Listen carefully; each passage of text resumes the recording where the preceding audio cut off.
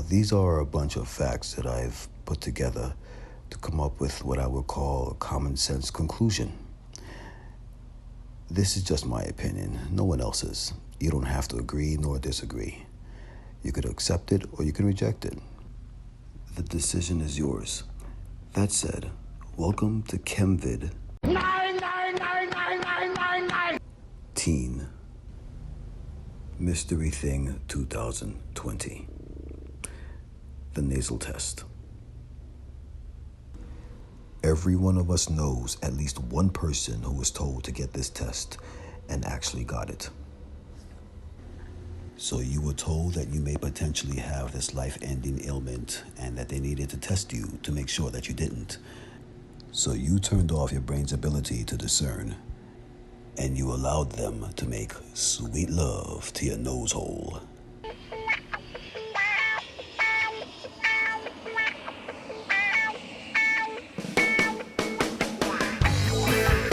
Ooh.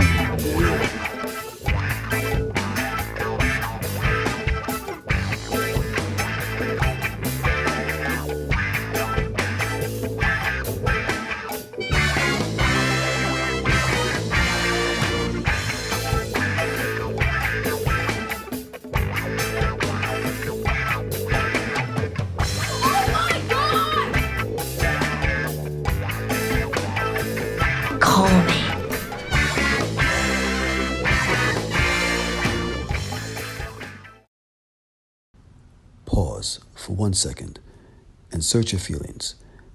Does this feel right to you? Does this feel right to you? Does this look right to you? Does this look right to you? For those of us who aren't intuitive and tends to be more of the fact over feelings persuasion, let's approach it from that angle. I'll need to put this small swab into your nose. Can you see how skinny it is? It's specially designed to check for a virus that might be way at the back of your nose. You'll need to hold your chin up so the swab can reach the back of your nose. Mom, dad, or another grown-up might need to help you keep still during your test. You might like to plan what you want to do with your hands. Some kids like to hold a squishy ball or their favorite stuffed animal, or you might like to hold your parents' hands. I'll need to measure from your nose to your ear to know how far the swab needs to go inside. By the time you count slowly to 5, the test should be over.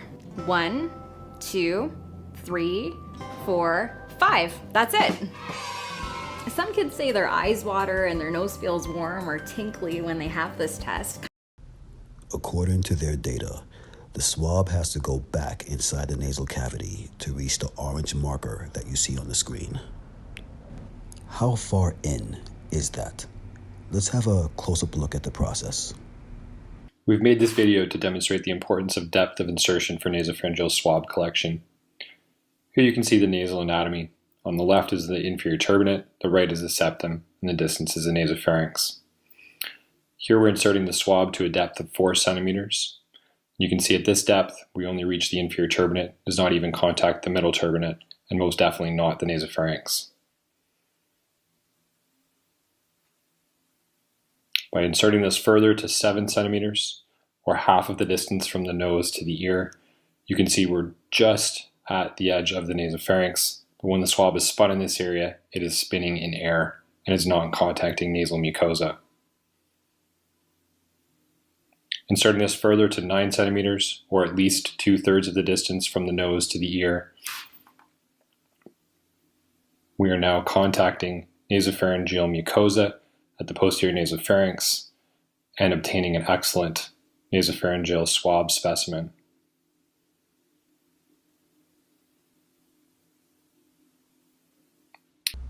So 9 centimeters is what's officially needed to get a viable sample of mucus. That's 3.5 inches. Now let's put our rational thinking caps on. They need mucus to tell if you got the mystery thing or not, right? So what's the difference in quality of mucus from here to 3.5 inches away here? There is no difference. It's the same exact quality of mucus. I mean, if it's not the same thing, then why do we have to do this? Why do we have to do that? Because, as the official story goes, it's highly infectious. Now, coughing on people is just nasty work. But if it's infectious enough to be spread by a cough or sneeze, oh, that's nasty. And if that infectious sneeze and cough is enough to make you do these two things, then it's infectious enough for a mystery thing positive sample from here, the entrance of the nose, or here, blown into a tissue. So why be so invasive? Maybe it's less about taking something out and more about putting something in. Let's look at the swab again. Here's a standard swab that's always been used by medical practitioners all around the world. Here are the swabs they've chosen to use for Mystery Thing 2020. And here are those swabs side by side. The original cotton, the new one nylon. To the naked eye, they may seem similar, but if you have an eye for detail, you'll see that they're not the same. Let's zoom in and have a look. This is a cotton swab under a microscope. Looks like a tightly wound ball of yarn. And this is the 2020 Mystery Thing swab. It kind of looks like this. So why did they deviate from cotton to nylon? And more importantly,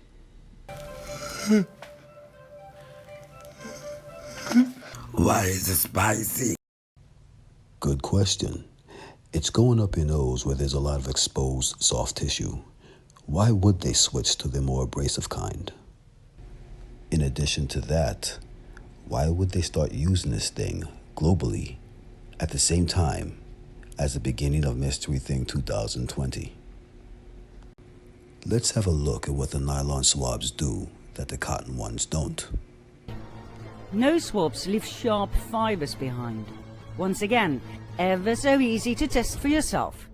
Here's a nose swab, and here's a piece of meat, representing the inside of your head.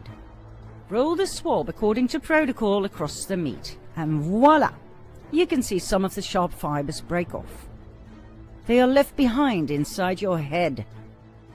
Now, maybe you're not alarmed by this, but most of the medical doctors who saw this are. The fibers in these swabs were designed to break off. They're hollow, you see. That's why no ordinary cotton swabs were ever used. Expanding on that, you know how some dogs just wake up in the morning feeling themselves, and then they decide to pick a fight with one of these angry little cactus rats. It always ends up like this. Why? Because the porcupine's needles, when magnified, looks like this. These needles are barbed, and it's designed to snag onto anything soft that it comes in contact with.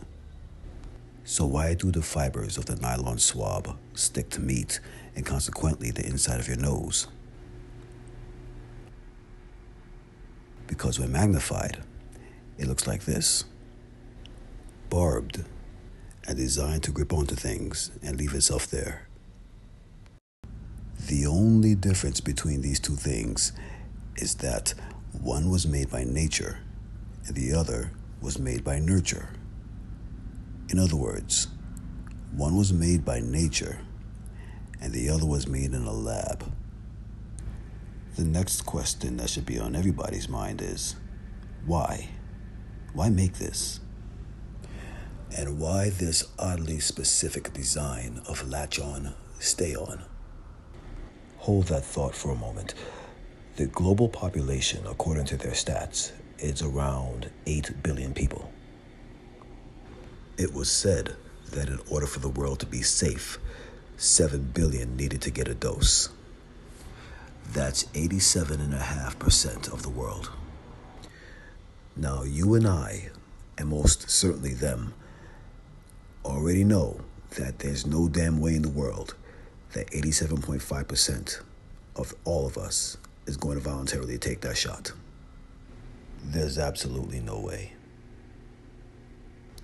So how do you figure they're going to get that done? Reach that goal of 7 million? Well, they can't do this. That never works out well. I guess we'll never know.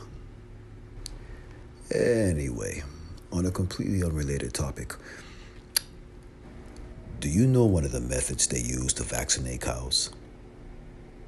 One way or another, I'm gonna find you. I'm gonna get you. Part 3, the Poco Loco. Coming soon.